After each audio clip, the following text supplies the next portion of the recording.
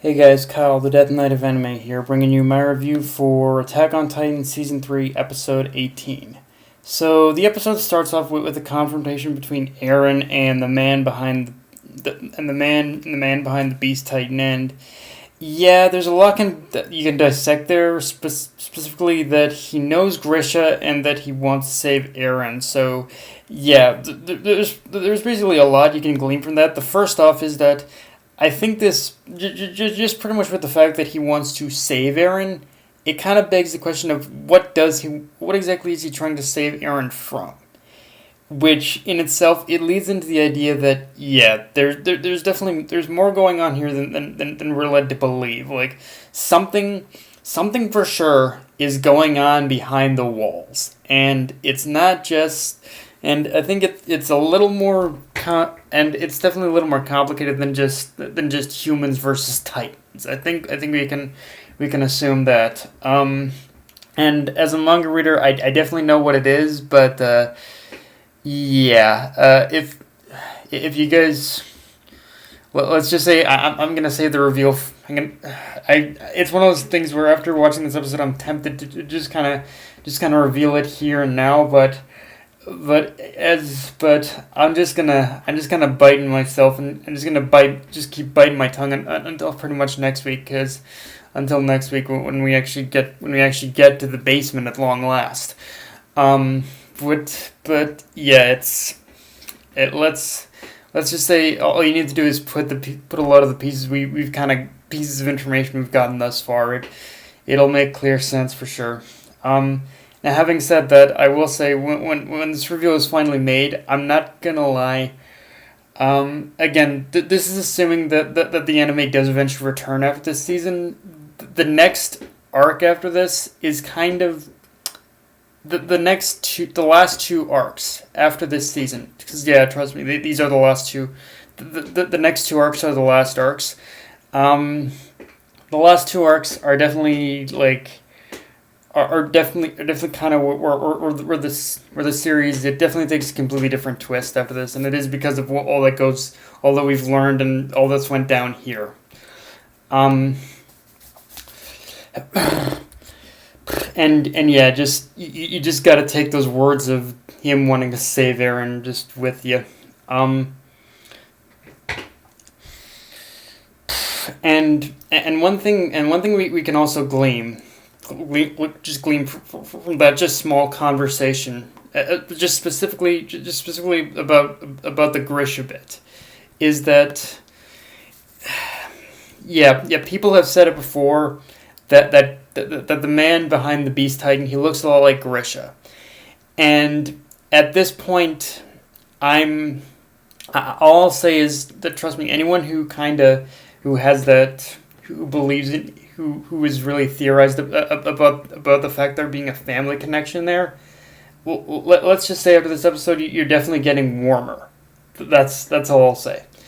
Yeah.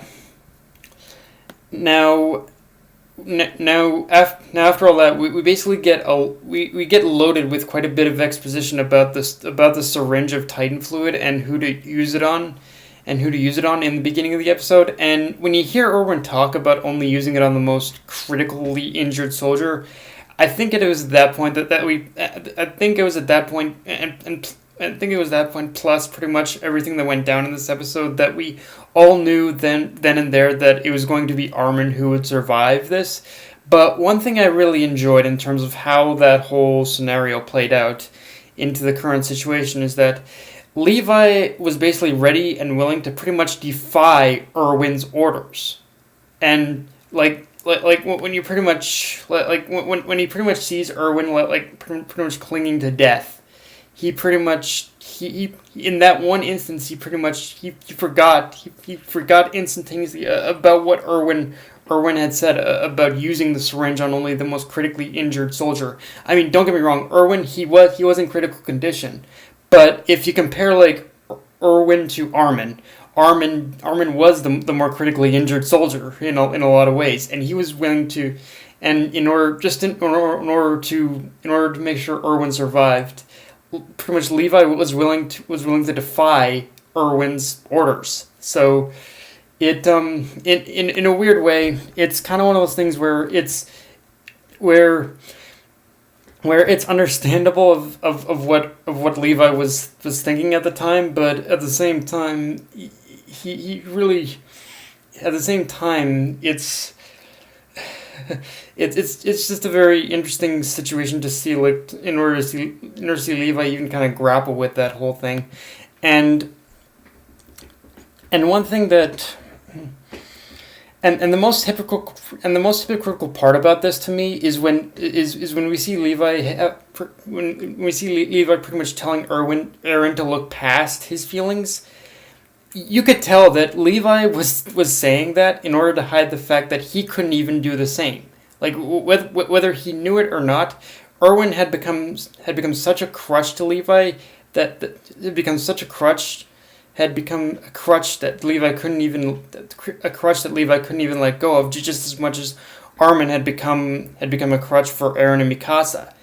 The only defining difference between the two situations is that in a lot of ways Erwin was definitely a crutch, that Erwin was definitely the one that needed to die in order for Levi to truly become his own character. Because despite how much development that Levi got, he always kind of fell back on leaning on Erwin. I mean, it was he always kind of fell back on leaning on Erwin, with Armin, Mikasa, and Eren. Obviously, that they pretty much have this connection, but at the same time, that they pretty much are their own characters who receive their own development. With Levi, however, he pretty much he's relied on Eren and hung on Erwin's every single word up to this point. So it's one of those things where, on top of the fact that, again, Erwin's character arc had already felt a little more complete, it's also one of those things where it was necessary in order for Erwin to die, in order for Levi, in order to start coming into his own. Like, with Erwin gone, pretty much Levi, he can become his own character and make his and stop leaning on everyone else almost, and stop leaning on Erwin's words now.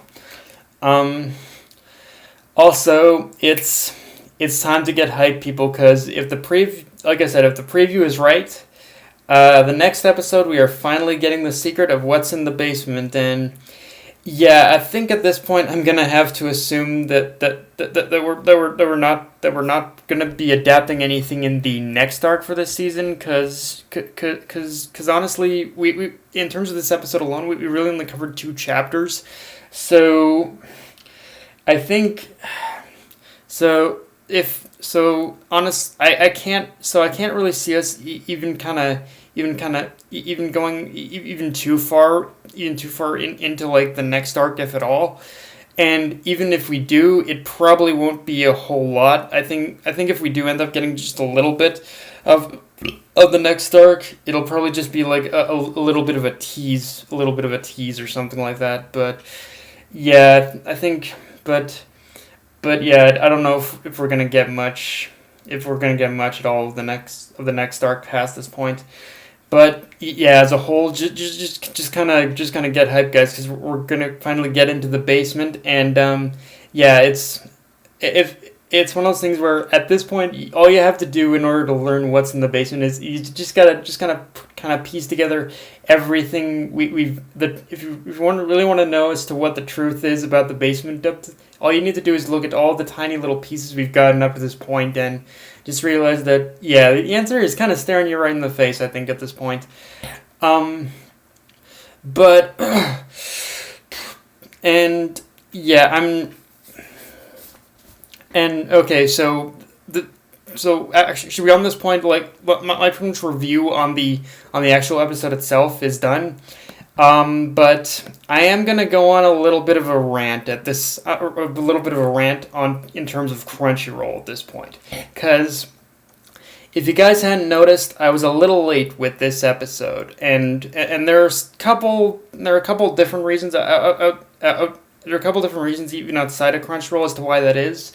But yeah, let's fucking talk about Crunchyroll here for a second, because as I'm sure you noticed, like I said, I was a lot later in uploading this review than I was with my last one, and a good majority of the reason for that is that Crunchyroll was really just not playing nice with updating the episode. So, in this instance, I was forced to go to Kiss Anime, and it's one of those things where I still like Crunchyroll and I support it, but man, when the site has technical difficulties, they really have technical difficulties. Like, holy shit! Like, it's when like the technical difficulties on the site are really a fucking pain in the ass, and it just yeah, it was infuriating. Honestly, I couldn't. I'm not sure what the deal is going on with Crunchyroll, but whatever. But yeah, guys, that's my review, guys. If you enjoyed the video, like, comment, subscribe, follow me on Twitter, Facebook, and Mr. Crunchyroll. Death Knight of Anime, signing off. Later, guys.